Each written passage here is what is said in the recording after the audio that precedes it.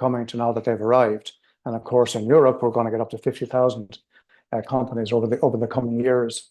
For people outside of Europe, outside of CSRD land, in IFRS land, those in Africa and elsewhere, of course, what we're going to be discussing here is of significant relevance to you too. I note, by the way, we have a lot of participants from the UK.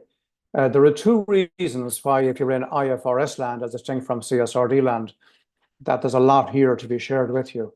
First and foremost, all the global regulations in this particular space share one North Star, which is the TCFD North Star. And it spoke of the governance strategy, risk management metrics and targets, pillars, which are now core content areas in IFRS and so forth. So there's a commonality there. And the second is that in terms of organizations, the doing of the doing, organizations are, broadly speaking, mobilizing in similar ways, which is what we're going to learn from our experts here today. So I'm only going to be asking three questions of people, three big and basic questions. First question, where did you start and where are you now? Okay, first question. Second question I'm going to be asking people is the role of the board and how this links in with strategy, business model, performance, viability over the longer term. And then thirdly, CSRD is quite different from IFRS, and that is explicit with regards to up to 1,200 data points across all 10 topical standards. And to a conversation we were having earlier, Courtney made reference to how broad and how deep this thing goes relative to other standards. So the data challenge, what are our experts doing in that regard? This particular webinar, has been brought to you by Ireland's representative organisation to ISO, the International Standards Organisation. Well, it's been co-promoted by Business in the Community Ireland, which is represented here by Liz, who oversees the Responsible Business Mark, the Institute of Public Administration here in Ireland, and Chapter Zero Ireland, which of course is hosted by the Irish Business Employers Organisation, IBEC, and of course the ESG Exchange, which is no stranger to very many people on this call. Our speakers are Vincent Sheehan, who heads up sustainability in Éireann. That's the transportation company that provides our bus network across Ireland. Anne Moore, similar role, heading up sustainability in Gas Networks Ireland. Both of those being in sectors regarded as heavy emitters. Courtney Kyle from PSD Bank, which is part of our largest bank in the country, AIB Bank, that representing the banking sector, which is so used to regulations and having a different kind of set of needs as distinct from, let's say, gas networks, energy distribution and transportation.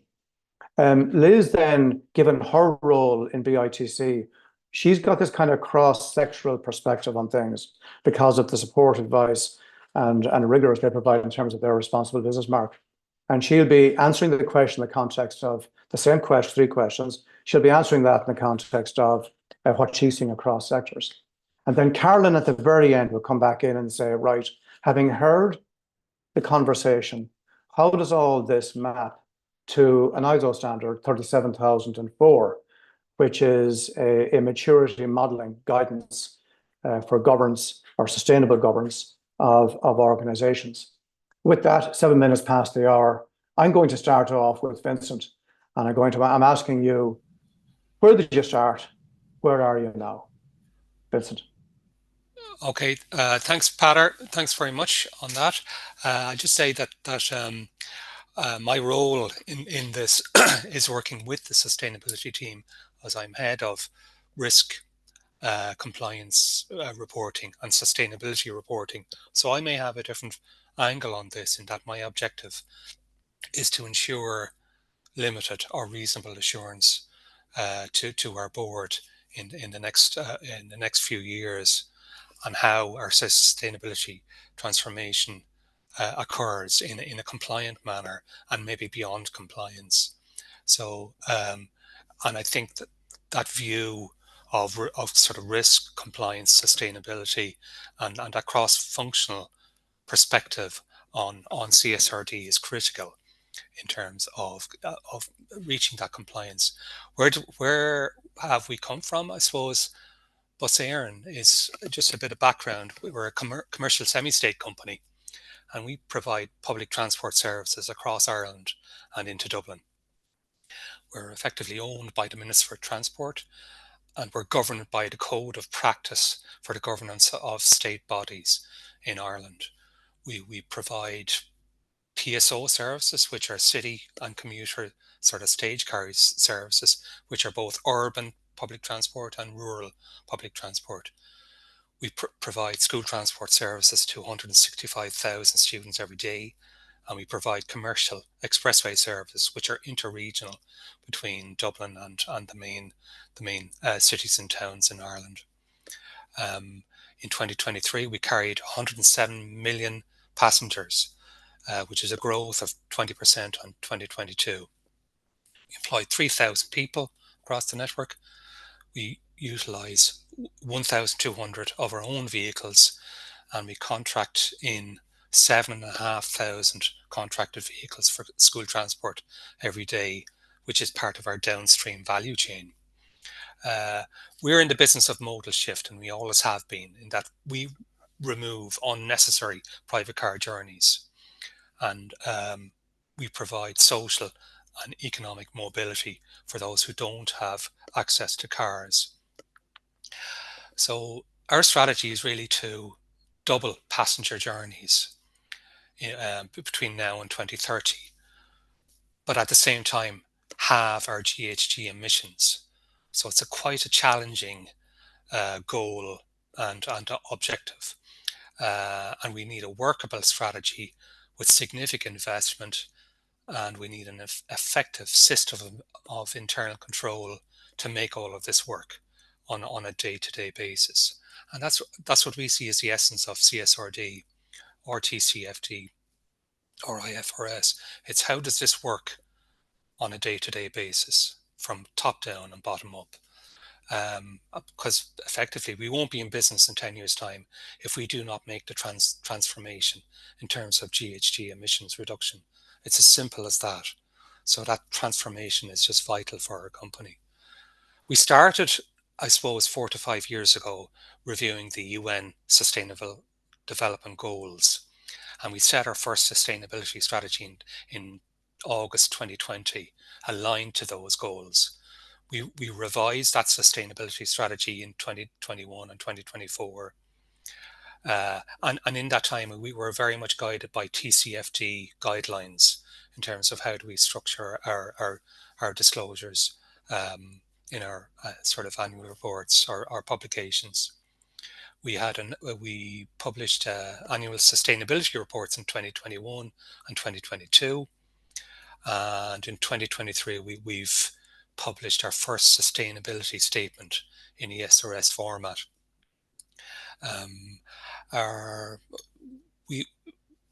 We've been working for 4 or 5 years with our sustainability steering group in the company to evolve with CSRD and ESRS and the guidelines that EFRAG have provided in that time. We've been involved with Business in the Community Ireland from the early days.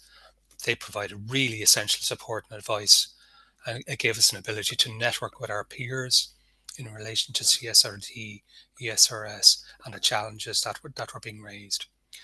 Where are we now? Well, we've started our transition, and we're adapting our systems and processes to be compliant with CSRD, but also with the Corporate Sustainability Due Diligence Directive that is coming down the line. We've introduced our first all-electric city bus service in Limerick. We did 2.1 million emissions-free kilometres in 2023 in Limerick. We've introduced electric town bus service in Athlone, where there's over 500,000 emission-free kilometres in 2023. We've eliminated 400 kilograms of tailpipe emissions just from Athlone alone. So that's small steps in terms of our objective to get to 2030, where we have to reduce our emissions by 50% overall in own operations and within our value chain. We're working on HVO fuel solution, especially in the short to medium term, to replace diesel fuel, and we're undertaking hydrogen fuel cell trials as part of our approach to reducing emissions by half by 2030. We have a compliance assurance plan in place for 2023 and 2024 that we've been following to identify gaps in our assurance process in relation to CSRD. And we're going through an internal sustainability audit at the moment. We will be getting EY in to do a full review of our sustainability reporting and processes. And all through this, we've been using COSO, EFRAG, and ISO in terms of energy and environment standards and risk and our risk approach.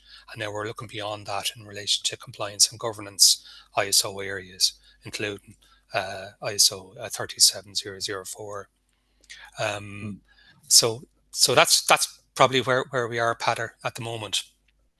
So I did what I heard you say in all of that, and it's so detailed. I heard one thing in particular: double your numbers and half your GHG emissions. Yeah. So my thought is, what can possibly go wrong?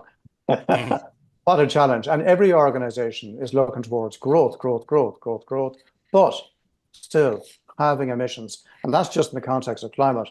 You haven't even spoken about the S standards and the other environmental standards. Swinging over to Anne. Anne, what's your story? Where'd you start and where are you now?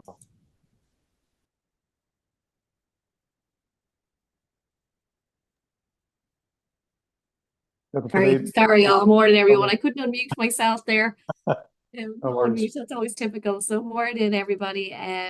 Yeah, so where I've come from, so I'm sustainability manager with Gas Networks Ireland, and we're responsible for transporting the gas in our gas network. We're a transmission and distribution gas utility.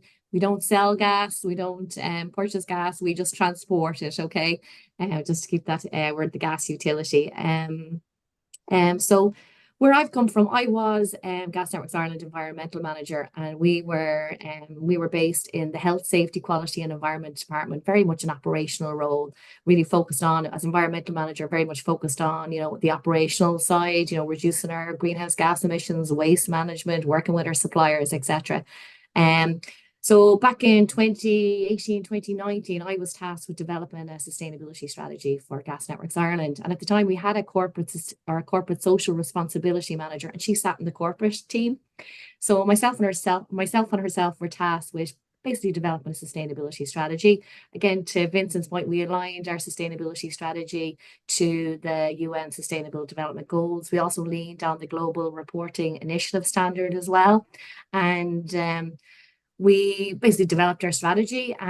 We had kind of our main objectives were kind of focused on the areas that we needed to ramp up our attention on. So particularly around greenhouse gas emissions, diversity and inclusion, that was another one, energy efficiency, biodiversity, and then ultimately the governance side as well, how sustainability is governed in the business as well. And we established a sustainability steering committee at the time, where we had our executive team sitting on that steering committee. So out of that strategy, the sustainability team was established. Okay, so 2020, I was appointed sustainability manager. We were still based in the health and safety, quality and environment team, and the corporate social responsibility manager, she joined our team as well.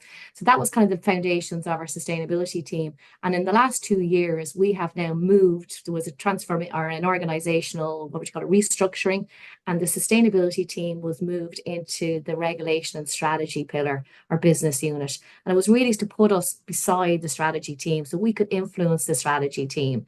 So even though our role is still very operational, it's also strategic as well. So I think it was a really good move, it was a mature move by the organization.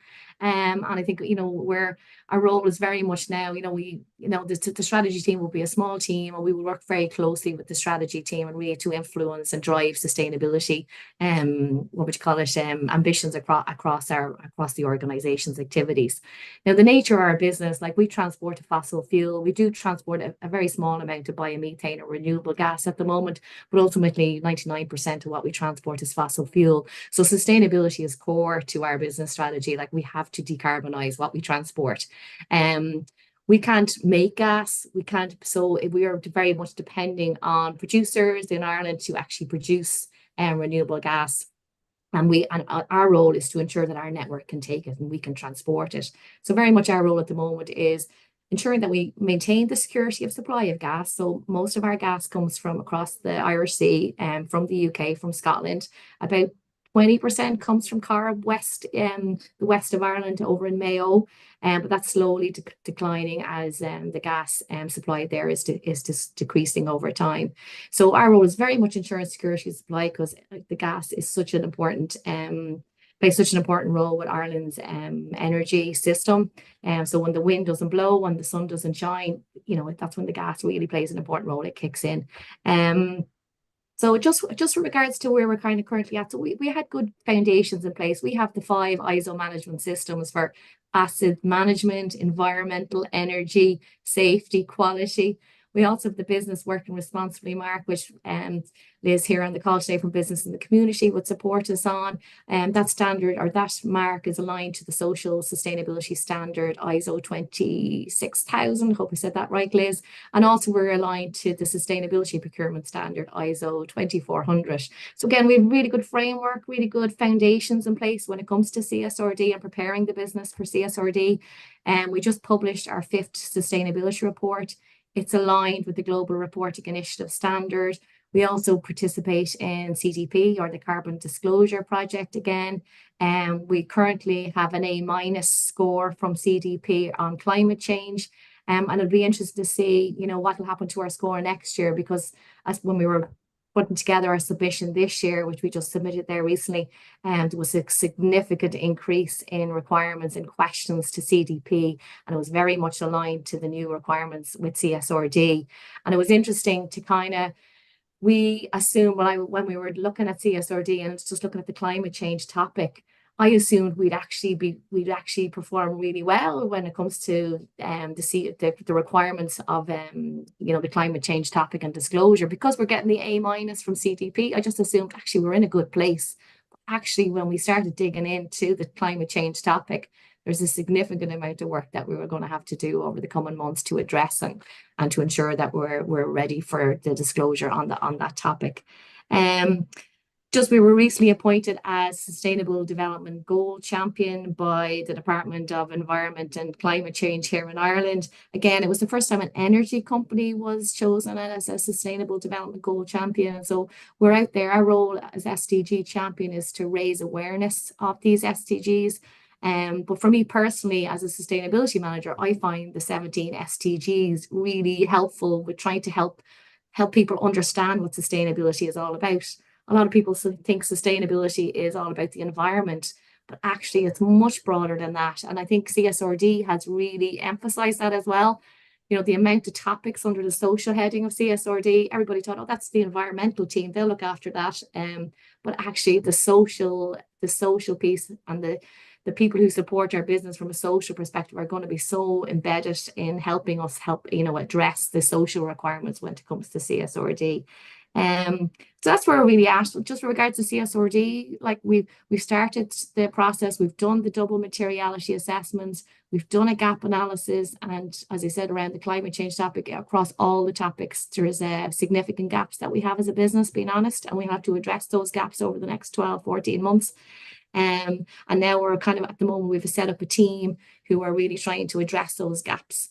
And we've a working group set up, but at the moment, we're trying to appoint, the subject matter experts across the business to support us on this journey. We're at that stage at the moment. So that's where we're at with CSRD, and our 2025 report will have to comply with CSRD. So we have the next 12 months really to kind of get our act together and really, and really mobilise, I suppose, the company to ensure we are ready for CSRD. Thank you, Anne. So I think the message there for people watching in, for an organization like yours, it's been really, you're not new to this game, but you're a long, long way off from all done and dusted. And that should give hope to people that are new to all of this and saying, how are we ever going to get there? I think a message you're going to hear from us again and again and again is just get started with the big and basic obvious things. Courtney, this stuff is not new to a bank. What's the story from your perspective? Where did you start? Probably in a good place, given you're a bank, and where are you now? Yeah, thanks, Peadar, and thanks, Anne. Hi, everyone. My name is Courtney Kyle, and I lead out on the bank's sustainability strategy, which is a multi-year strategy. I work in PTSB, as Peadar said, up the top of the call, which is one of Ireland's 3 pillar banks.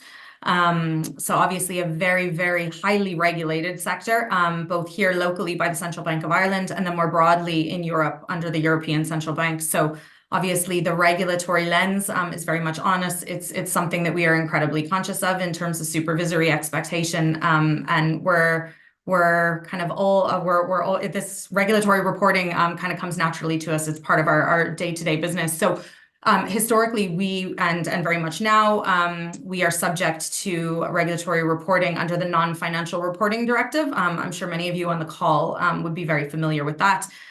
So as such, we automatically will be subject to reporting under the Corporate Sustainability Reporting Directive. And we've been following that CSRD journey and that transposition into Irish law for the last number of years, knowing that it was fundamentally going to transform non-financial reporting for our sector and more broadly for others, and that it was really going to put non-financial disclosures on par with financial disclosures for the very first time. So as I said, we've been following it very, very closely.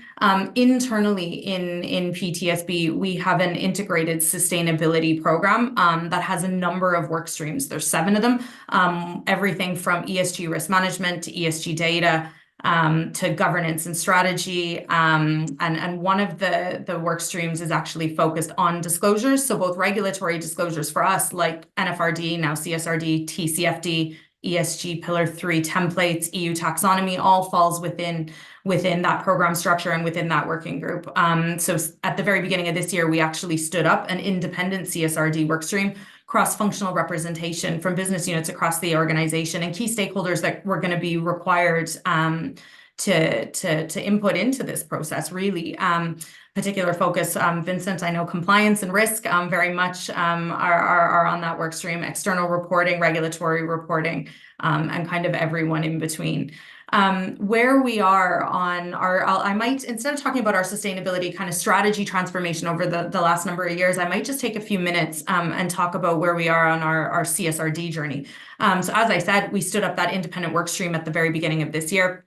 At that time, we took the regulation, did a line-by-line regulatory gap analysis to determine the places that PTSB were going to need to play in relation to that regulation. We conducted peer benchmarking of the financial services sector more broadly in Ireland to understand, where were people already disclosing. We looked internally as to where we were already disclosing and what topics that we felt were material to our business as part of our overarching sustainability strategy, and the materiality assessment that we conducted all the way back in 2021, which feels, about 10 years ago now. Was that still relevant? What pieces needed to change, etc. And once we did that, we looked at the ESRSs in detail, compiled a long list of ERSs that we thought, based on all of that desktop research, based on all of that peer benchmarking, that based on our own sustainability strategy, our risk appetite, and also what our goals and ambitions were for the future, what ESRSs did we feel out of the very, very significant list would be relevant to us. We compiled that long list, and then over the summer months went out with our double materiality assessment to assess both stakeholder impact and financial materiality. We did that through a number of stakeholder engagement exercises via kind of survey, one-to-one interviews, etc., of all of our key stakeholders. And those double materiality assessment findings came back at the end of the summer. We've got a very good view of what our material issues are. And what we've done is done an analysis of those material issues to understand what the data, both qualitative data, qualitative narrative, and quantitative data, what those requirements are going to be under CSRD. That has all been through governance earlier in the month, which is great. And we've now identified the qualitative narrative and the quantitative data owners across the organization. So where are we going to coordinate all of these pieces into one disclosure? We've held a number of workshops, and I know we were talking earlier just about the number of meetings that have probably happened this year to pull different disclosures together. A number of workshops with key stakeholders, first to educate them, right? Because this is a big piece of regulation, and conscious that if you're not living and breathing it every day, it's very complex and it's very challenging to understand. And to be able to translate what the CSRD is and what it means for each of the respective business units and business owners and data owners around the organization. So we've been doing that at regular intervals throughout the year, so that now when it comes time to come back to them with, okay, here's the ask, and this is where we need your support, and this is what's required of you, they understand the why. And why it's important. That long list of data is being compiled at the moment. What we've decided to do, just given the significant limited assurance requirement of this, we can't leave all data until January when our disclosure is going out in late Q1. We've done part year reads, so Q1 to Q3 reads on all of our data across all the material issues. That will be going into our auditor at the end of this month. Our DMA is already with our auditor, and we have regular weekly working sessions with our auditor at the moment. So they're providing limited assurance on that process now. We're getting out ahead of it. The Q1 to Q3 data will be going into them at the end of the month. They'll be working on limited assurance from Q1 to Q3, kind of into Christmas. So that when we get final data reads in January, they understand the people, they understand the processes, they understand the controls that we have in place. So it's a little bit easier for them then to provide that assurance once they've done the groundwork pre-Christmas. In the background, while all of that's going on, we've been drafting the report. We're going to have a first version of our report to do the rounds through internal governance by the 15th of November. It will by no means be finished, but it'll be a very good first draft. It'll have an early look at that Q1 to 3 data. And again, that'll go into our auditor to make sure they're comfortable with the process. So as we fine tune, as we look to complete that disclosure during Q1 ahead of in advance of our disclosure deadline, that everyone's seen it multiple times. And that everyone's comfortable with it. And the same thing goes with internal governance forums. So making sure that it's in front of our sustainability committee, our executive committee, our board, and our board audit committee at regular intervals now throughout Q4, so that when they're asked to approve and effectively rubber stamp the disclosure, it's not the first time they're seeing it next year, and they're very comfortable with the look and the feel. And then finally, I'll just say, while all of that's going on, the double materiality assessment findings were really, really great for us. And they really are going to go a long way, obviously, for our CSRD disclosure, but also to guide and inform the next iteration of the bank's sustainability strategy. So we have a 2022 to 2026 strategy. This refreshed double materiality assessment now will enable us to start to build in the background a new sustainability strategy for the organization that will launch very early next year and be very aligned to CSRD. So a lot to do, a lot done this year. I think a lot to do between now and the end of Q1. But I think if I was kind of giving any guidance or advice to anyone on the call, because I'm conscious that everyone's at very different stages of the journey, I'd say, start early, make sure you bring people on the journey with you, educate the organization, get working groups established. And I don't think when it comes to a piece of regulation like this, I don't think you can over communicate. I really do think having regular touch points with your stakeholders to give them updates on progress is really, really, really important. And it's worked well for us. So yeah, that's kind of a little bit about, who we are as an organization and where we are in relation to double materiality and CSRD, Peter. Courtney, thank you so much for that. I mean, not surprising, I guess, for a bank, the first thing that jumps out at me certainly is a sense of process maturity, absolutely. And then the second that I'm hearing again and again is the integrated nature of your approach, the deep networking across stakeholders, but also obviously external, but also the internal, and the advanced readings and so forth. So there will be no surprises when you get to the end of Q1 and reporting and so forth. Liz, I think to say, like Anne, we have gaps. So that probably sounded lovely, right? In theory, and that we're all over it, but there's gaps, there's learnings. There's things that we need to address. But I think the important thing is we've brought everyone on the journey. So I think cross-functionally now we have that support. Yeah. Well done. That's leadership. Thanks, Courtney. Liz, you've heard three experts, three different types of organizations. How is that landing on you? What are you seeing across sectors, must be a couple of hundred companies now that you guys are supporting, and where they are, broadly speaking, where have they started, where are they going, or where are they now, rather?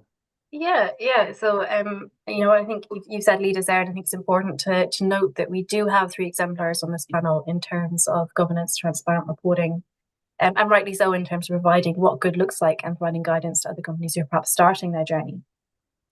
But just to give a little bit of context of who I am and where I work and the insight that I can hopefully provide.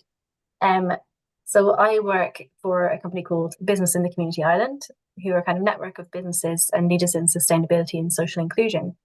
And within that, we have our business working responsibly work, which is kind of my role in managing that. And companies, it's basically our standard of sustainability, and companies can certify to that. And is independently audited then by the NSAI, the National Standards Authority of Ireland, who I know are partners in this webinar as well. So kind of in going through both membership with Business in the Community or through the MARC certification, which is quite an in-depth process, we go through kind of a pre-assessment before audit, a gap analysis, etc., and gap closures. We get to see kind of under the hood of an awful lot of companies. That gives us some insights that hopefully I can offer today. But in terms of readiness for CSRD, we see a huge spectrum from companies like the 3 on the panel here who have perhaps done their double materiality assessment and they're kind of looking into that gap closure piece, to companies who are at the very start and starting to familiarise themselves with the ESRS standard. And I think, it's already been said a few times, but if you are one of those companies that are just starting the process and starting to get familiar with the standard, that's okay. Now is the time to start.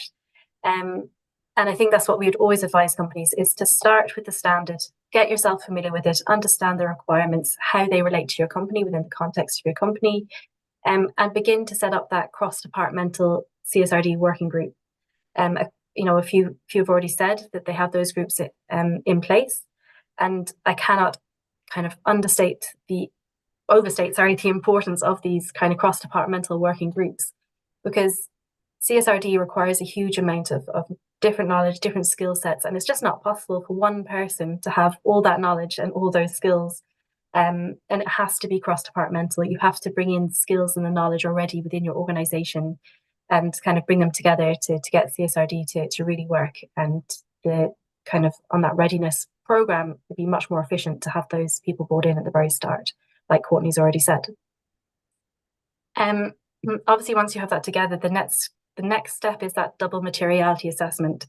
And that's really the process in which you can understand which topics of the CSRD are going to be material to your company and which ones you should really focus in on that gap analysis, on identifying where the gaps are in those material topics. And I think it's important to kind of pause at that stage, because what we see is a lot of companies who maybe do the gap analysis before their double materiality assessment, or maybe doing it at the moment. But you can guarantee that you're going to find gaps. No company is going to do a gap analysis against the ESRS standard and come out, shining with no gaps. And it's a good thing to find those gaps, because those gaps are room for improvement. And I think it's important to remember at that stage as well that the spirit of the CSRD is about transparency, transparent reporting. It's not about being able to tick every single data point, every single mandatory disclosure. If you don't have something, it's okay. It's about being transparent about that, disclosing what you don't have and what your action plan is to put that in place. So a healthier way to look at it is that year 1 is really your baseline. And using that gap analysis to identify that journey of improvement, of maturity that you're going to go through over the next few years as you start producing these CSRD reports. And I think companies that embrace that spirit of transparency and improvement are really going to excel and reap the benefits of the CSRD, more so than companies that are perhaps rushing to put in some quick fixes and not meaningful change, and not taking a moment to look at the context of your company. And when we say context, we mean organizational context. So your risk, your trends analysis, competitor analysis, regulation, etc. And your stakeholder context, so stakeholder engagement, which is vital in putting in place any kind of commitment strategies or plans. Because without those, you're going to create commitments or strategies that aren't based on context and could likely fall through over the next few years. And then you're going to be taking a step back, which is not going to look good in a report. So it's about putting in that meaningful change and creating meaningful action plans on where you want to see your company grow and mature over the next few years, and being very transparent about that and your progress towards those goals. CSRD is coming, whether we like it or not, so we may as well reap the benefits of it. And I think really companies taking that transparent approach are the ones that are going to see much more benefit from it. I hope that helps. It absolutely does. So one of the things that CSRD does, taken directly from TCFD, is this whole thing of governance and strategy, and how the board's feet, as it were, are being held very close to the fire. And of course, board agendas are always packed, and the board cycle is always very dense, and getting more board space to give really good attention to a high priority topic is a challenge. So the question now is, thanks for telling us where you came from and where you are now, but now specifically a point issue on the role of the board, and also the integration of sustainability and strategy, meaning really viability, sustainable performance and viability over the longer term. So swinging back into Vincent just now, the role of the board, strategy integration, or sustainability integration with strategy and so forth, and long-term performance and viability. What's your story in that regard? Okay, Peadar. Well, yeah, I think in terms of the board and the sustainability subcommittee, I think for Bus Éireann, I mean, the real starting point for us was the governance, the strategy and business model, and that double materiality process, over and above the data collection and aggregation. That was really the starting point for us for not just the E aspects, but the S and G1 aspects too. And that's really setting the tone for the company over the last 4 to 5 years in terms of developing our strategies, our action plans, our policies and procedures, our targets and metrics, and our overall system of internal control. It was the real starting point for us, is to stand back and do that due diligence in terms of how we impact on society and the environment, but also how we work with the value chain in terms of employees and contractors to bring about a better solution from an ESG perspective in terms of our strategic plans. The board input has been really evident and critical from the start. Our sustainability committee was set up in 2021, which predated our first sustainability strategy. And that committee has been looking at our sustainability strategy, our KPIs and reporting, our carbon budgets, our fleet, our infrastructural transition, our customer and employee engagement, and the skills internally, and then our partnerships and funding and investment. So they've been really at the heart of our strategy development and planning and implementation.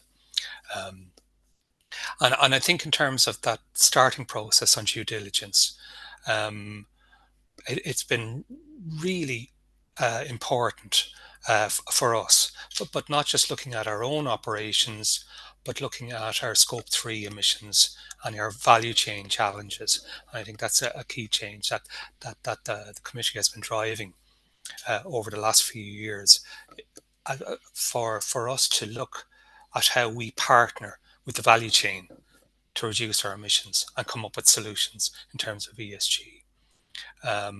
They've been very supportive in terms of our move towards the quality mark, the business in the community, and our use of ISO certification. And that's really important in terms of developing that system of internal control. They have noted and reviewed the sustainability statement that we published a few months ago. as the committee, and our audit and risk committee noted that too before it went to board. So I think as Courtney would have mentioned, what we're trying to do is show what the reporting requirement is to our board and committee for 2023 as a pre-audit position in terms of identifying gaps for the auditors when they come in next year. They've been very supportive and challenging, and I think that top-down approach that's really outlined in sort of good ISO governance or in COSO, integrated framework for internal control. It's been really important in terms of crafting that bottom-up day-to-day approach at first and second line of defence. I think you need both. It doesn't happen internally. It has to happen top-down and bottom-up if it's to work. And all of that is sort of embraced in our strategic plan, Horizon 2028, which we produced this year with the support of the board and the Sustainability Committee, which is focused on the Climate Action Plan targets in Ireland here for 2030. We have a separate strategic pillar for sustainability and ESG, along with customer, people, financial sustainability, and service delivery. So sustainable practice is such an important pillar in our overall strategic plan, and that has been driven by our board and committee in terms of putting that front and center in our strategy. Hey, thank you, Vincent. So you got traction, and that board subcommittee was created in 2021. So you were ahead of the posse in that regard. And by the way, before I go on to Anne, I would like to say, looking at the Q&A, if people, as you're listening to our speakers, take a look at the Q&A and the particular questions that you like, give it a thumbs up so that Carolynn can maybe rank the questions, because we would like to have about 10 minutes at the end, or maybe even 15 if we can rush things up a small bit, to get questions from the participants. That would be great. Just put those questions down to the experts. Anne, the role of the board, sustainability, integration with strategy, performance, long-term viability. What's your story? So Peadar, I think it's a little bit easier for the gas industry, just because it's so critical that we have to decarbonise. You know, the energy sector has such an important role because if we don't decarbonise, it's much harder for our customers to decarbonise. So ultimately we're supporting, if we can decarbonise, it makes it so much easier for people who use energy across Ireland, so we have such an important role to play. With regards to the board, so similar to Vincent, we established a Sustainability, Safety and People Board Committee in early last year. So we always had a safety board committee. So it just again demonstrates that we're maturing in this space, and now we have a committee that's dedicated to sustainability as well. And I have to say, I only presented to them there on Monday, and the meeting was 2.5 hours long, and I'd say most of it was spent on sustainability. So it just shows you the interest that they have around sustainability. So we have to provide them with quarterly updates. So I go in every quarter and I give them an update on our sustainability performance. But ultimately, sustainability is core to our strategy, our business strategy. Like, our ambition is to have a zero carbon network by 2045. We just recently published our pathways to a net zero carbon network by 2045 there in September with our stakeholders, but the board would have been heavily involved in helping us develop our strategy, and we would have engaged heavily with them, but also with the pathways document as well. So the board have such an important role to play. But then you have the next step down. Like, we have a number of steering committees across the business. So we have a climate action steering committee, which our CEO and most of our exec would sit on that. Sustainability is the first topic on the agenda. So I'm up presenting again on our sustainability performance. And again, other parts of the business would come in as well. So our hydrogen team, biomethane team, our team around repurposing our network for being able to transport renewable gases into the future. They will be on the agenda as well. So basically, and they meet every month. And our CEO is very engaged, asks lots of hard questions, challenging questions. So it's a really good steering group, and it really does drive action. And then we have other steering committees as well. We have a sustainability steering committee again, which our exec would sit on, and we have people from right across the business who come in and they present on what they're doing around sustainability. And again, it's to drive action. around sustainability. And then we have other steering committees, like we have an asset management steering committee. Again, sustainability is key to the agenda as well. So again, it just shows you all the different levels of governance across the business. But to Vincent's point, it's the bottom-up approach as well. So at the moment, I'm very much focused on a sustainability culture project where I'm trying to ramp up sustainability as a, you know, in the business as a culture. And the culture is kind of hard to define, but like we would have a really good safety culture. It's just the nature of our business. We transport a dangerous fuel. So safety has always been very much core to our activities. And how do we bring that sustainability lens as well? And how do we really embed sustainability across the business, like the way we do with safety? And in some pockets of the business, I would say there's a really good, strong sustainability culture, particularly around our supply chain team, some of our operation areas, our asset management areas. But again, we need to ensure that it's embedded right across the business. And this is where CSRD comes in.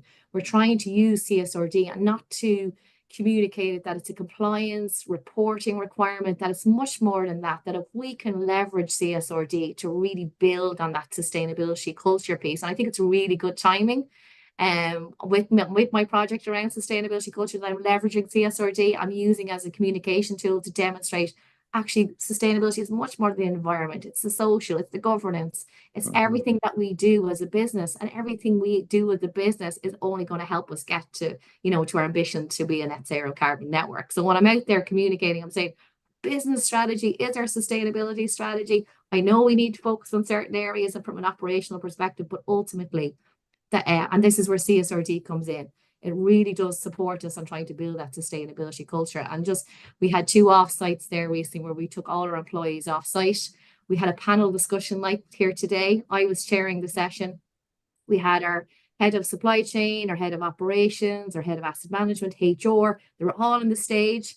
And I had to ask them questions around, what are you doing around sustainability? So it really tried to emphasize that sustainability is much more what Anne's team does. It's very much embedded right across our business, and we just need to build on that. And that's where CSRD comes into play when we start generating all these working groups across the business to help us comply and meet the CSRD requirements.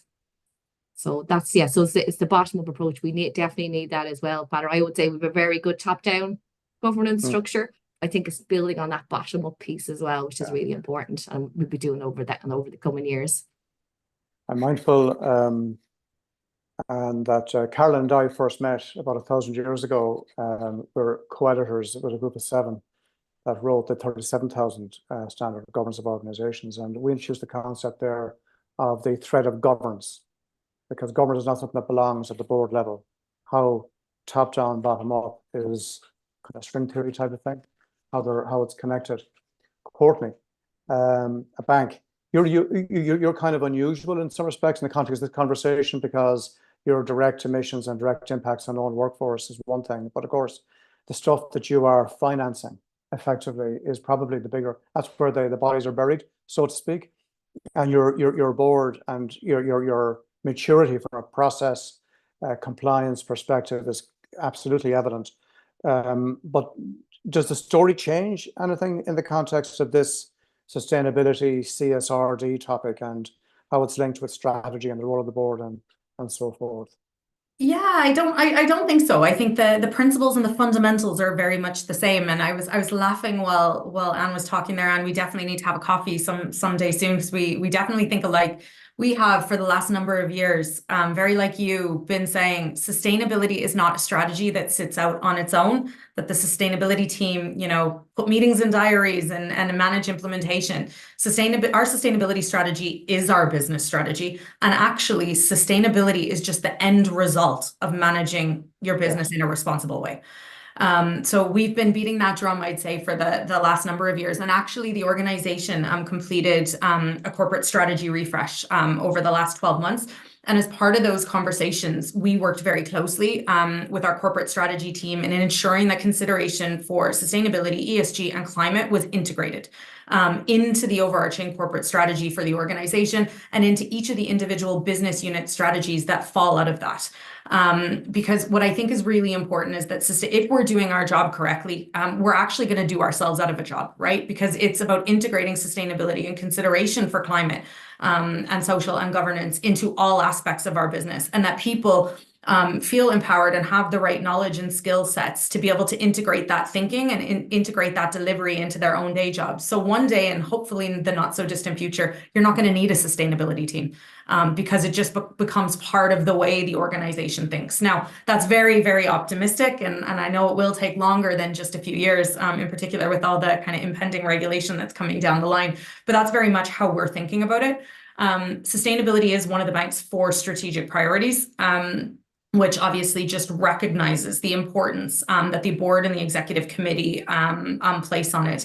Our board chair and our CEO are very invested in sustainability. It's one of both of their key areas of focus.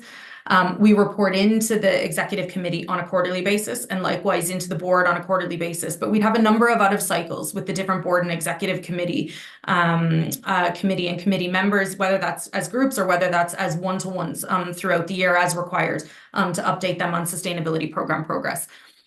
We've recently appointed in August a new chief sustainability officer who has a seat at the table now on the executive committee, which again, I think has just elevated consideration for sustainability at that executive table, right? And making sure that it's part of every conversation, regardless of what part of the business we're talking about. So that's been really game-changing for us. I think recognizing the important role that sustainability plays in delivering on our business strategy, the board and executive committee have now requested, only just in the last couple of weeks, that from January onwards that we come in and we provide an update monthly, recognizing that quarterly is not enough. They want to hear from us a little bit more frequently. So that's really great. I think in terms of broader sustainability strategy, obviously you touched on it there, climate and climate finance is really important, and we recognize the role as a financial services organization, the role and responsibility we have to finance that green transition across the private and the public sector. At the moment, 94% of our carbon emission intensity comes from our financing activity. That is significant. So when we're thinking about science-based carbon emission reduction targets and a longer-term net zero strategy, we know that those finance projects are where we're going to make the most impact. And there's considerable programs of work that sit behind the scenes to help us to achieve the targets that we will have once they're set by the end of this year. So watch this space, though, that we'll be disclosing those in our annual reports in March.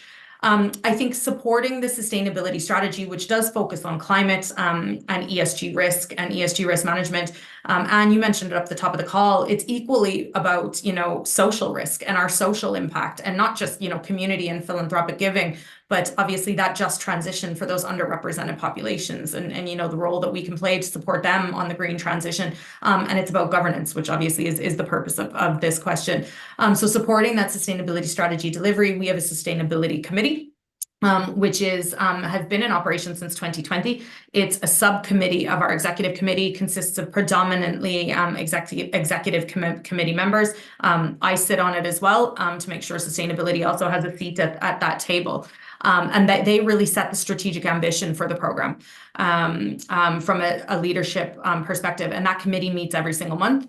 In advance of sustainability committee, the sustainability steering committee would sit every month. And that steering committee is made up of business unit heads of function and key stakeholders at senior leadership team level that are responsible for driving and implementing the different sustainability initiatives, including reporting and including CSRD. And then underneath that steering committee, we've got working groups. Again, I talked about our sustainability program structure and our working groups across governance and strategy, ESG risk management, disclosures, science-based targets and net zero, product and propositions, social risk, and ESG data, which really effectively just underpins all the rest of the work streams. Those weekly working groups are chaired by heads of function. They meet weekly.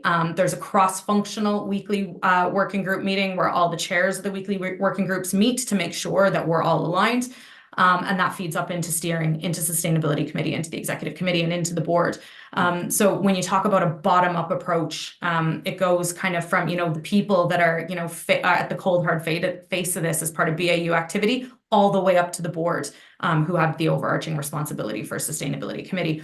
And again, that's worked really well for us. And we constantly review our approach. So our sustainability committee membership you know, pending the different developments and pending the different regulation, has been refreshed a number of times over the last, you know, 4 years, because it has to change. We need different perspectives at the table. We need different viewpoints at the table. So that's definitely how we think about it in terms of a governance perspective. And obviously, our compliance and our risk functions, very much as two LOD, are there. They've got a seat at the table. And then our 3 LOD, our internal audit function, are also there as well. So it's a really integrated approach for us. Thank you, Courtney. Conscious that we just have, when we were preparing this webinar, we were saying, I wonder, should we have 2 hours? No, 2 hours is too much to take out of somebody's day. We settled on 90 minutes. We clearly go on for the rest of the morning, but sadly, we've only have just over 30 minutes left to go. And the thing we're going to discuss next, before I get on to Liz now, is on data, because at the end of the day, you have to get the stuff. And when you look at the Excel spreadsheets that have all these data points, realize that that's the stuff that has to be mastered. And I saw a question of just now, someone has a problem with their carbon accounting. Liz, we'll come back into that in a moment on data. That's where the bodies are buried, as it were, and the real challenges are, many of them. Liz, what are you seeing across the companies that you're supporting, across sectors, in terms of board involvement, board engagement, and how is this outside of strategy or front and center in strategy? What are you seeing? Yeah, I'll try and keep this very brief, because I know the next question is probably the most important one, so we want to give it some time. But in terms of the board's role, you know, everyone has said it already. It is vital that the board has that ultimate oversight of sustainability, in terms of oversight and accountability.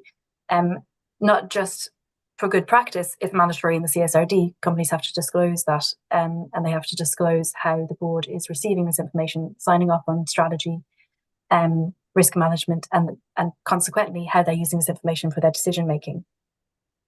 It's also mandatory to report on how your board is receiving information on stakeholder engagement and how this information is being used in the design of strategy. So the role of the board is huge for the CSRD, and it's important to understand that now and get sustainability as a topic onto the board's agenda. And what we're seeing as a good practice, and something we'd highly recommend, is at this stage really look at board training if you haven't already, because, you know, ESG hasn't typically been, unfortunately, on the board's agenda, and it is new to a lot of board members, and it is a key topic for decision making, and it should be incorporated into decision making, quality decision making. And we see training on environmental, and we know ESRS E1 is huge, but don't forget that social ESRS S1 is right up there in terms of data points, and it's really important to have a kind of well-rounded training for the board covering ES and G, and that boards understand their role in the CSRD. In terms of the kind of what we're seeing in the strategic setting and the governance frameworks in different companies, interestingly, there was recent, actually I don't think I can say recently, I think it was 2 years ago now, but there was a study that showed that in the US, sustainability board committees, and it's interesting to hear that all 3 of these companies on our panel today have this structure, but sustainability committees off the board dedicated to the oversight of sustainability are more common, and they have the knowledge and the skills that they can use to inform the rest of the board when it comes to decision making and ensuring that ESG topics are there front and centre when key decisions are being made.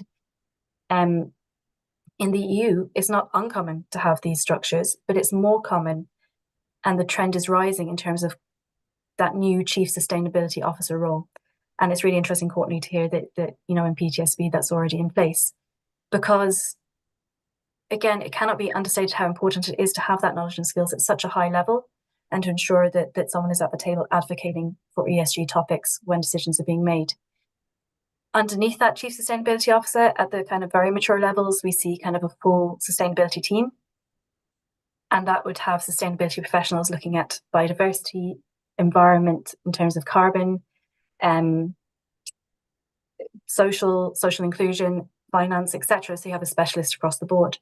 And there probably, or is as well as that, a cross-departmental working group. And I know that Courtney's kind of spoken about membership on that already, so I won't repeat myself or won't repeat the topic too much, but it is important to have that cross-departmental group, and remember your audit and your finance team, because they have the skills needed for regulatory reporting, for ensuring quality data. There's no point in training a sustainability professional on these skills. A, they're probably not interested, and B, it's a huge resource lift when these skills already exist within the organisation. And we can touch more on that in the next question. But in general, I think that the governance committee the governance sector, in terms of governance pillar, in terms of ESG, is seeing its moment. We're seeing huge transformation across the board, and the rise of sustainability in terms of maturity and level of management. You know, for those of us who've been in the sector for a long time, remember sustainability was called CSR and a part-time job of someone in HR. So it's really gratifying to see it rise up to the level it is now. And I think it's the first positive impact that we're really seeing from CSRD. And hopefully we'll see more of those impacts as we kind of progress along the journey.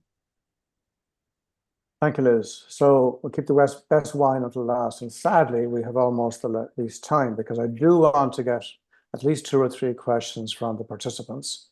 I do want people to see, because of the little Prezi at the end of this, people are going to be able to download an Excel spreadsheet that Carolynn's going to speak to in the context how to do a kind of a self-assessment, a maturity self-assessment. But now to the question of data. I saw an interesting article recently that, you know, you can be living in a sea of data and you can die of thirst. The idea being you're in a rowing boat at sea. Of course, you can't drink salt water. These data have to be structured, cleansed, and turned into actionable, decision useful stuff. And it's so easy to get lost with the so-called 1,200 data points.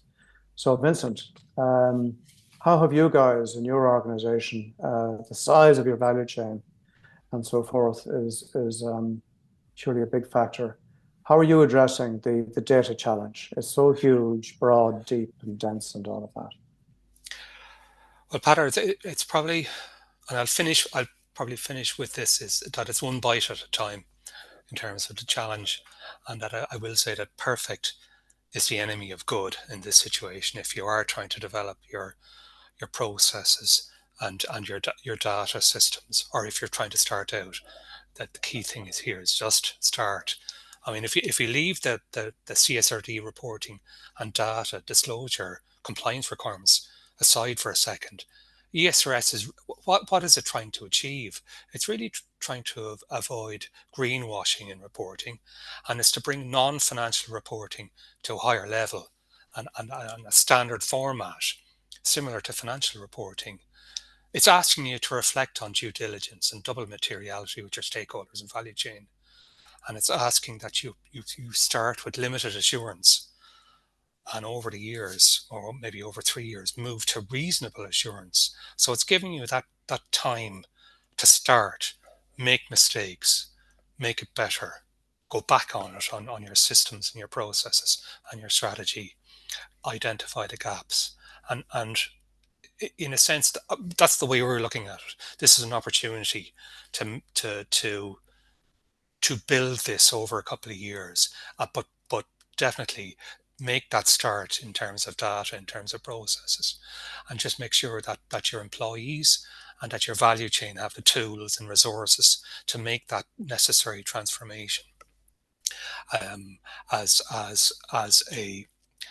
a company and within that wider value chain. We really, in terms of the data, we are trying to get the mandatory disclosures right in terms of our compliance pyramid. We have our due diligence, our planning, our strategic plans, our policies, procedures, and action plans, our metrics and targets. And then we can really get into data and how to, but we're not starting with data, because that our cup is half full. We do have the data there in most cases, but it has to be put into a particular format that's required from CSRD. And that's where the real challenge is. It's taking what's there already and making it compliant in terms of ESRS format. And it's probably important. I know we are talking about CSRD and CDP and the range of disclosures that companies are required to make at the moment. And there is an awful lot of duplication. And I think we really have to focus on re-engineering your disclosure approach, that you have one source and one repository, because the the people on the ground on a day-to-day basis need to do sustainability and not report on it the whole time. And it does take up an awful lot of time unless you re-engineer it and make sure that you can use internal repositories to fuel your disclosure requirement. It is a mix of process and data, not just data itself. If you get your processes right from a limited assurance perspective, and then you build your system for internal control and data systems. We are developing a standard approach across the CIE group. We're part of an overall group, which is CIE, and we are investing in a CSRD reporting system at the moment. That's just begun. Okay. So that's taking our existing system and bringing it all together from the various sources into a system that's CSRD compliant. And we're re-engineering our data and data systems as part of that.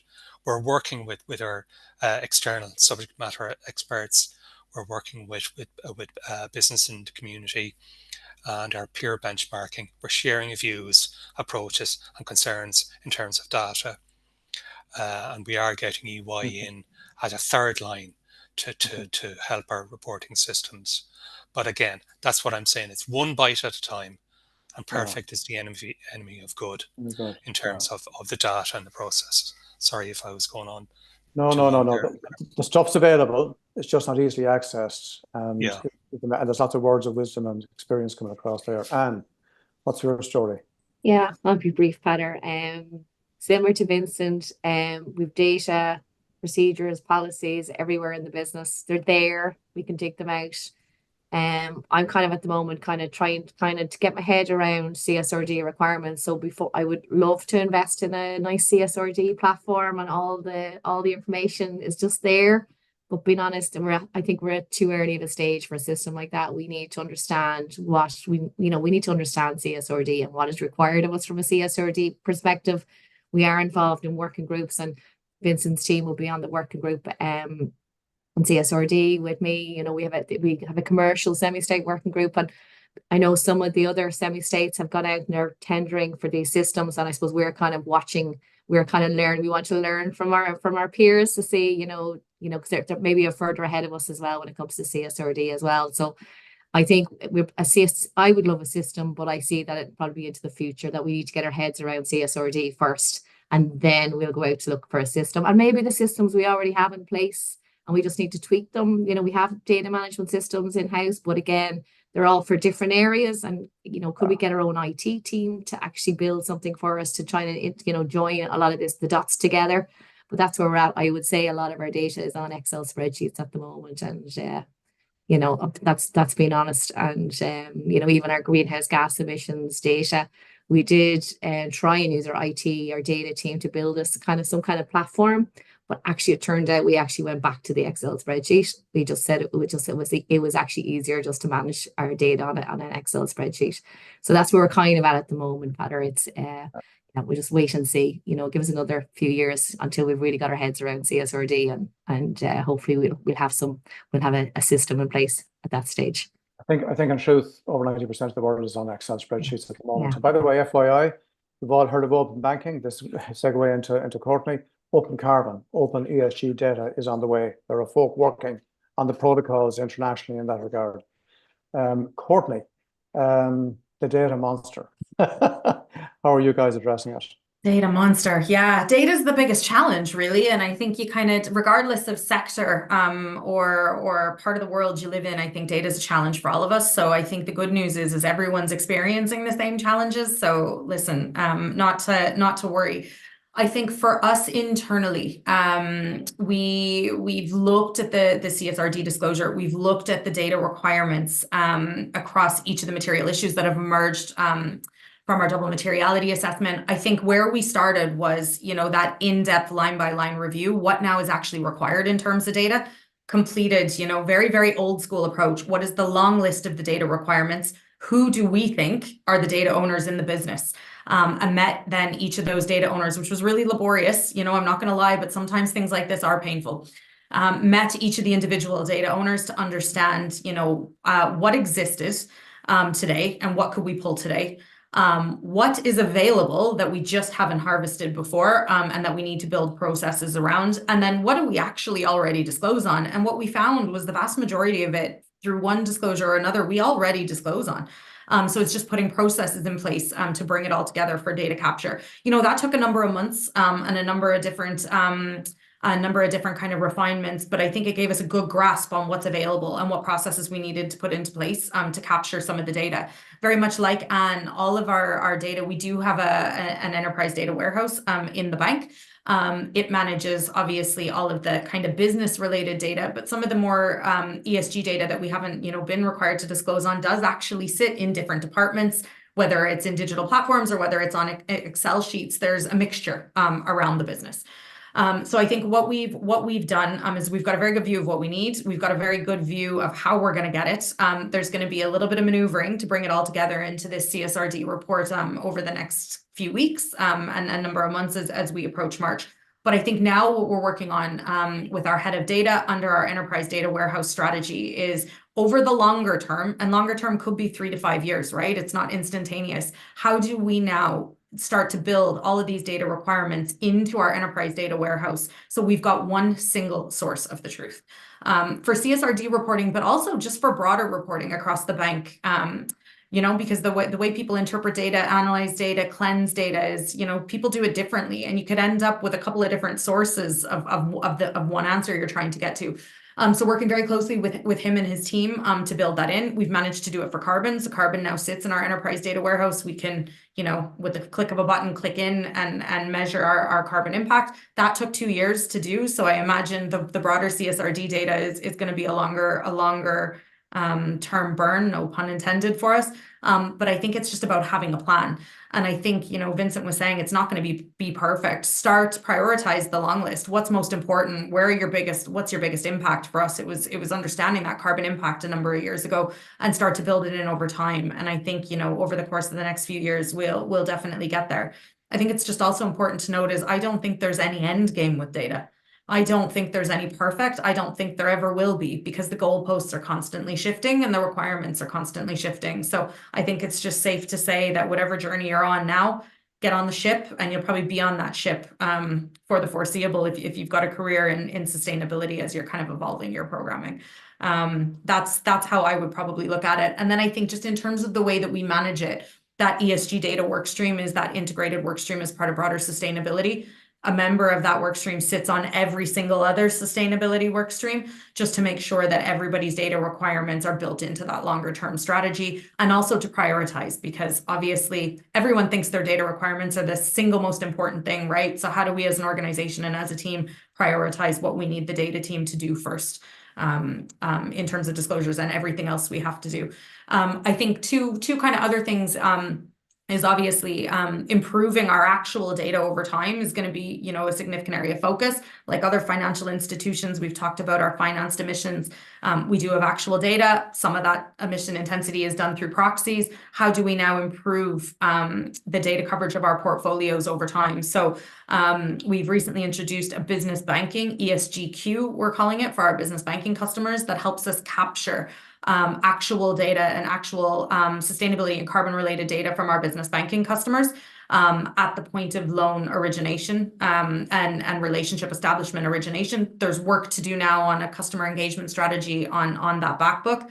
And then I think with our suppliers and our players in the value chain, we use a third-party platform as part of the onboarding process with our suppliers to capture that sustainability and ESG-related data, so that we've got a more accurate view of you know, emission intensity and other data like DEI data for our suppliers. So again, these things didn't happen overnight. They take years. They take cross-functional work, and I think just get on, start the journey is the message, and aim to improve over time.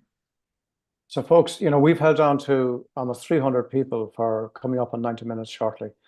Because, and that's not down to you experts and the demonstrable credibility with which you've been speaking. I'm going to change the closing, the last 15 minutes now from our original plan. So 3 3-minute segments. Liz, I need to shoehorn you into 3 minutes, into less than 5 minutes. Carolynn, I'm taking half your time away. You're into less than 5 minutes. So I really want to get 2 or 3 questions at least from the floor, from our participants that have stuck with us, thanks to you brilliant people. Liz, data, what are you saying? This is what I had the most to say on Peadar. My apologies. But I won't repeat what's already been said. I'll kind of streamline my answer here. But I think the key message is that companies, as Anna said, aren't really there yet. The majority of companies are not ready to start thinking about data systems. What they need to start thinking about are management systems and internal controls, because that's what's going to produce the quality data that will get you ready for assurance. And this is where we see the problem. Well, we can obviously know there's so many benefits of bringing your finance team and your sustainability team together. It's key to do this in terms of assuring quality data. But historically, I think ESG topics are more used to management systems, and the language of management systems, you've got ISO 14001, environmental management system, ISO 9001 for quality management systems of your products and services, which is a key part of your value chain, and even the guidance documents. I know I'm just saying numbers to a lot of people here, but essentially the management systems are what sustainability professionals are probably accustomed to. Whereas when you look at audit and finance teams, they live and breathe internal control frameworks, like Vincent's already mentioned, COSO. And while there are, yes, differences between the two, there are definitely complementary parts.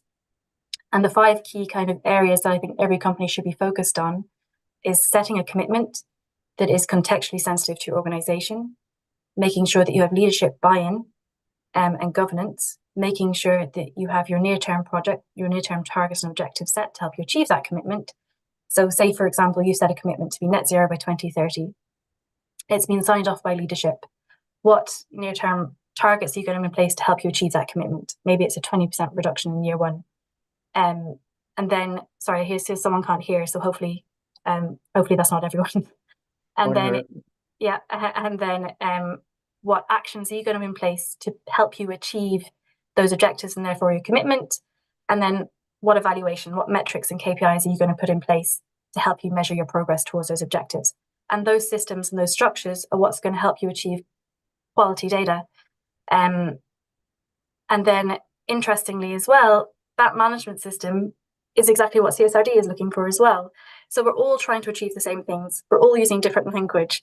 And I think the companies that are going to do the best are the ones that are going to sit back and look at what the sustainability teams are already doing, how that complements the internal control frameworks in existence, and how that can feed into the CSRD requirements. So it's about finding that common language between departments, between teams, and taking the time to realize what's already there rather than starting from scratch or duplicating efforts, and creating that efficiency that will help you then when it comes to assurance as well. I hope that was quick enough and not too fast. It was, and I do apologise, Liz, for having to squeeze all that. I mean, look, there's an hour just on data. We might come back to it, in fact. I'm now going to put Carolynn in the spotlight. You're well used to the spotlight, Carolynn. Everything you've been hearing, how does it map to 37004, ISO 37004, the maturity modelling? And then I really do want, I'm going to steal more time off you.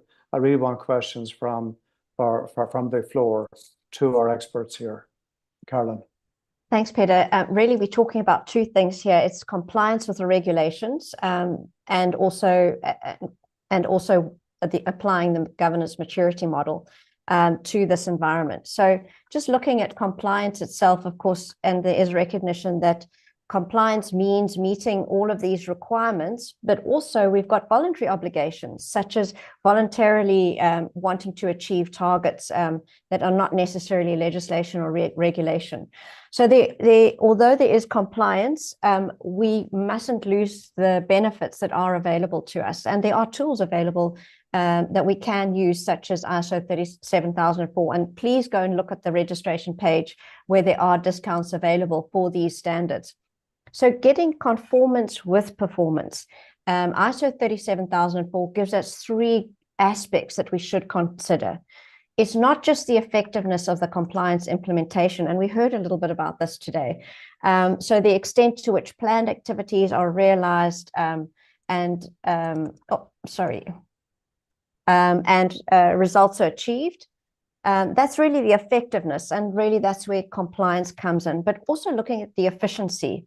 And the efficiency goes to the communication of the compliance requirements across the organization. So the efficiency with which the organization is aware of what is required, and it's the results of achieving relative to the resources available. But very importantly is the behavior of the leadership team, as well as the behavior of those in the organizations. So how you behave in the organization. So I've just given a link here if people want to use their phone to just quickly snap the QR code, or then use the bit.ly short URL. I'm going to give this, I'll show it up again once I'm finished while you're taking questions, but I'm just going to go across where that lands you is in a spreadsheet that is available for you to download, and please do download it, otherwise you'll get everybody else's results in there. But this is just an example where we're looking at these different aspects. And now here is our behavior, and these are the measures that we use in 37004, is that the behavior of, yes, you've adopted it, you've adopted CSRD, but do you really understand it as a leader? Can you apply it? Do you understand the application of that in your context? Have you directed as a leader that the application is being analyzed? Are you evaluating the results? Are you applying your mind to think about the results? And then have you got mechanisms in place to continually improve? These are 6 levels of maturity. And the 6 levels of maturity doesn't mean that you need to be at a level 5. It has to be applied as something that's appropriate for your organization. So as we heard, one step at a time, perhaps where we want to be is at this stage, we want all the leadership team, perhaps everyone that's involved, to just understand the requirements and then to get to application. The effectiveness is the communication. It's unclear, or it's incomplete, or it's inconsistent communication. Perhaps we need documentation in a larger organization, but we don't measure our communications. We don't get a sense of understanding of those communications. I've just put in here the compliance effectiveness. We talk about 3 levels of compliance effectiveness. Conformity, basically we are conforming. Then identification, where you identify as an individual that you buy into the requirements of conformance. And then finally, that you actually internalize it, in that it's in everything that you do. Compliance generally talks about these 3 levels of maturity, where internalization is the highest level of maturity. And you can have a look at ISO 37301 in terms of application of a compliance management system. And I've just mapped those against where effectiveness lives. And then finally, efficiency. Effectiveness is application of the requirements. Efficiency is how well you can communicate it. So there's sparse understanding. There's generally a lack of understanding. Yes, people do understand it. You're measured, or you're actually innovating on the basis of that. So please do download this. If you have any questions, get in touch with us at the ESG Exchange, join our mailing list, and we will be talking about this again in future. A whistle stop, Peadar. Hope there's some time for some questions. Indeed, and we have 5 minutes. I'm sorry it's not 10 minutes or 15 minutes for Q&A. Carolynn, have you been able to see any particular questions that have got traction in the Q&A function that we could maybe just light on? Yes, the one from Gia is and there's another one from Gia, 14 likes. How much did your sustainability strategies or activities change after conducting a double materiality assessment? So I think in Ireland, you started with a framework of double materiality, but did it alter after doing the assessment, anything that you were doing? And Peadar, who would you like to give that one to? Who's first up? I'm not going to nominate anybody. So just restate the question whilst our 3 experts or 4 experts are talking. Restate it again, please. When you did a double materiality assessment, did it change the way you were approaching your sustainability strategies and activities? Okay, cool. Who wants to take that?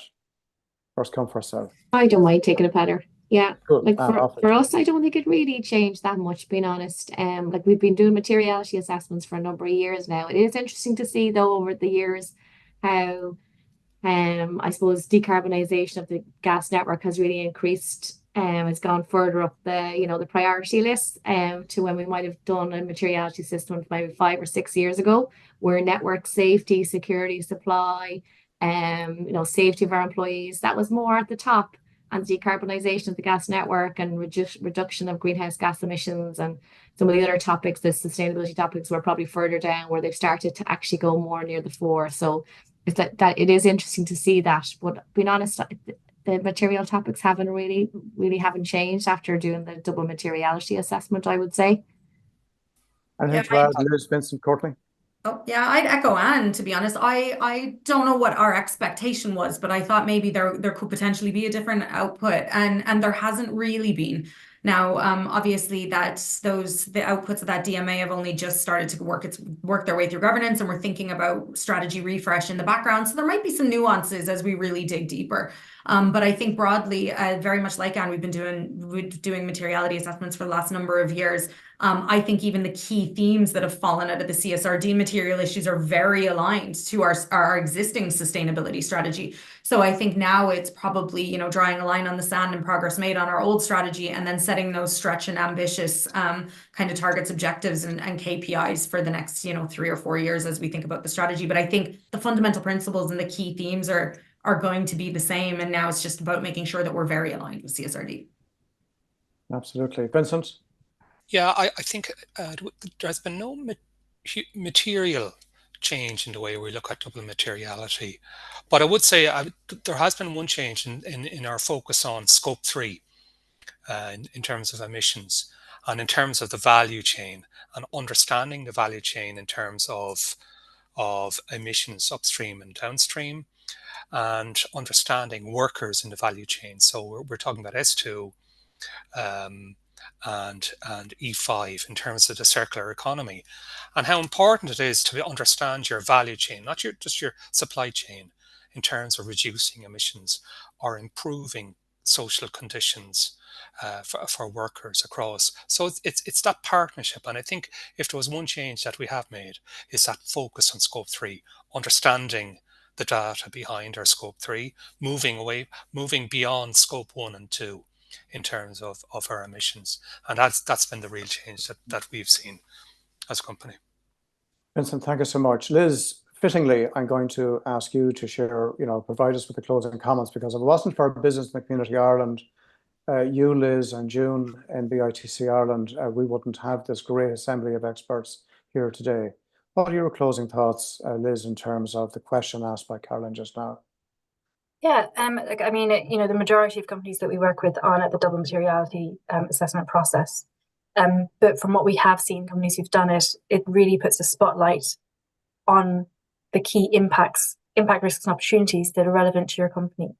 And that's where you can make the most meaningful change. So your sustainability strategies should be linked back to the findings of your double materiality assessment. Because focusing on the impacts, and as we know, double materiality assessments are the most thorough way of finding out where your material impacts are. So certainly we would suggest that any strategy should be linked back to the findings of a materiality assessment. Thank you, Liz. Carolynn, can you put up the QR code again, please? And with that, Carolynn, we run so many of these webinars and so forth. This has to be one of the very best, if not the best, in terms of the demonstrable credibility of our panelists, and the honesty that has come through. And I look forward to having a repeat show, perhaps in 12 months' time, when we see, 12 months' time, we'll have the first year of reporting across Europe. And of course, the conversation will have moved on from then. To all of our participants that have stuck with us, nearly 300 throughout, thank you so much. And please stay in contact. Remember, NSAI, BITC, IPA, Chapter 0 Ireland, and the good old ESG Exchange. Thank you all.